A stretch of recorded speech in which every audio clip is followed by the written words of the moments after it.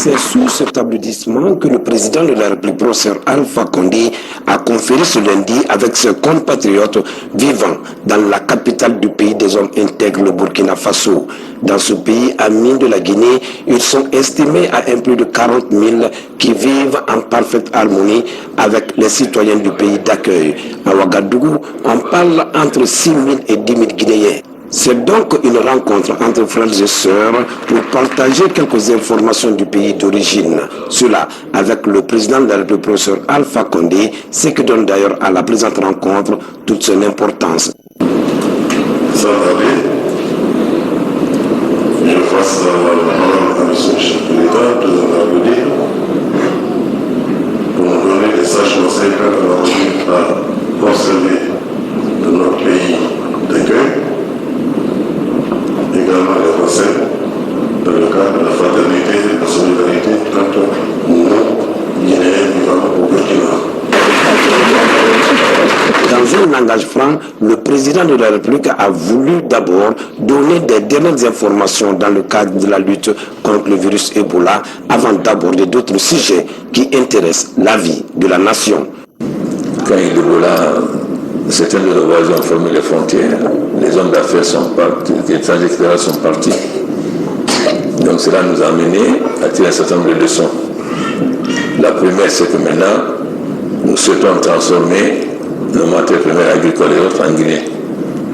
Parce que les femmes produisent beaucoup de pommes de terre au Fouta, particulièrement à Pita, à Labé et à Mali. Mais comme les Guinéens ne veulent pas manger les pommes de terre, on mange ça au Sénégal. Et quand on a fermé les frontières, les pommes de terre ont pourri. Et cela, nous ne voulons plus. Commencé il y a un mois avant les élections, j'ai posé la première pierre de l'usine de pommes de terre à Timbé-Madina pour que désormais nous puissions transformer les pommes de terre en place, sur place, des chips, des frites, mais aussi beaucoup d'autres produits. Le chef de l'État, professeur Alpha Condé, a voulu donc rassurer ses compatriotes de Ouagadougou de sa ferme volonté de faire de la Guinée un pays émergent au plus vite.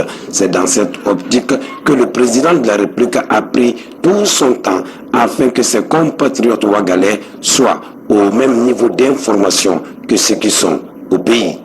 Le 22 aussi, j'ai fait la première cour du barrage de Swapiti, qui est un barrage de 515 MW.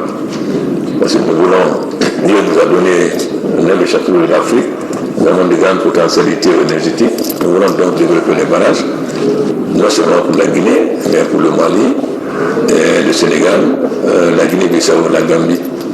Déjà, l'interconnexion a été financée par la BAD, la Banque mondiale et la BIC, donc très bientôt, on va commencer l'installation des poteaux vers le Mali, vers le Sénégal, vers la Guinée-Bissau et vers la Gambie.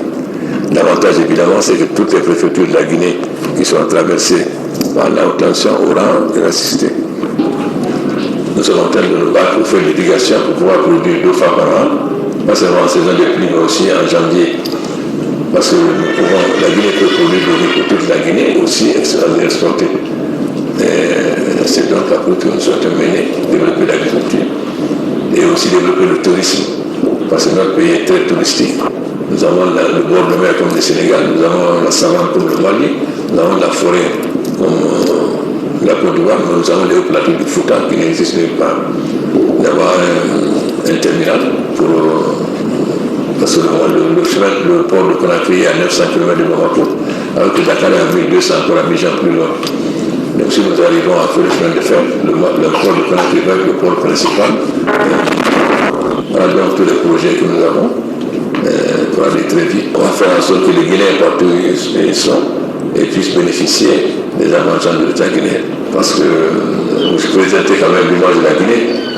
Vous ne devez pas être dans des activités qui ternissent l'image de la Guinée.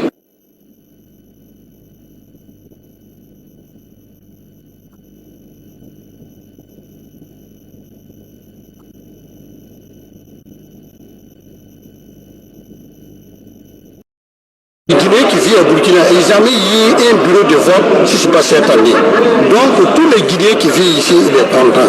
Donc aujourd'hui, on ne peut pas parler même, c'est très très bon. Comme le président, devant le président même, tout le monde était d'accord. Le président il a parlé, qui a passé aux Guinéens, c'est qu'il est lutté. Bon, tout le monde connaît qu'il est lutté depuis qu'il est tête de pays, il est beaucoup lutté. Donc nous, on est en train de le prier qu'il gagne les forces et des succès pour lutter, continuer encore.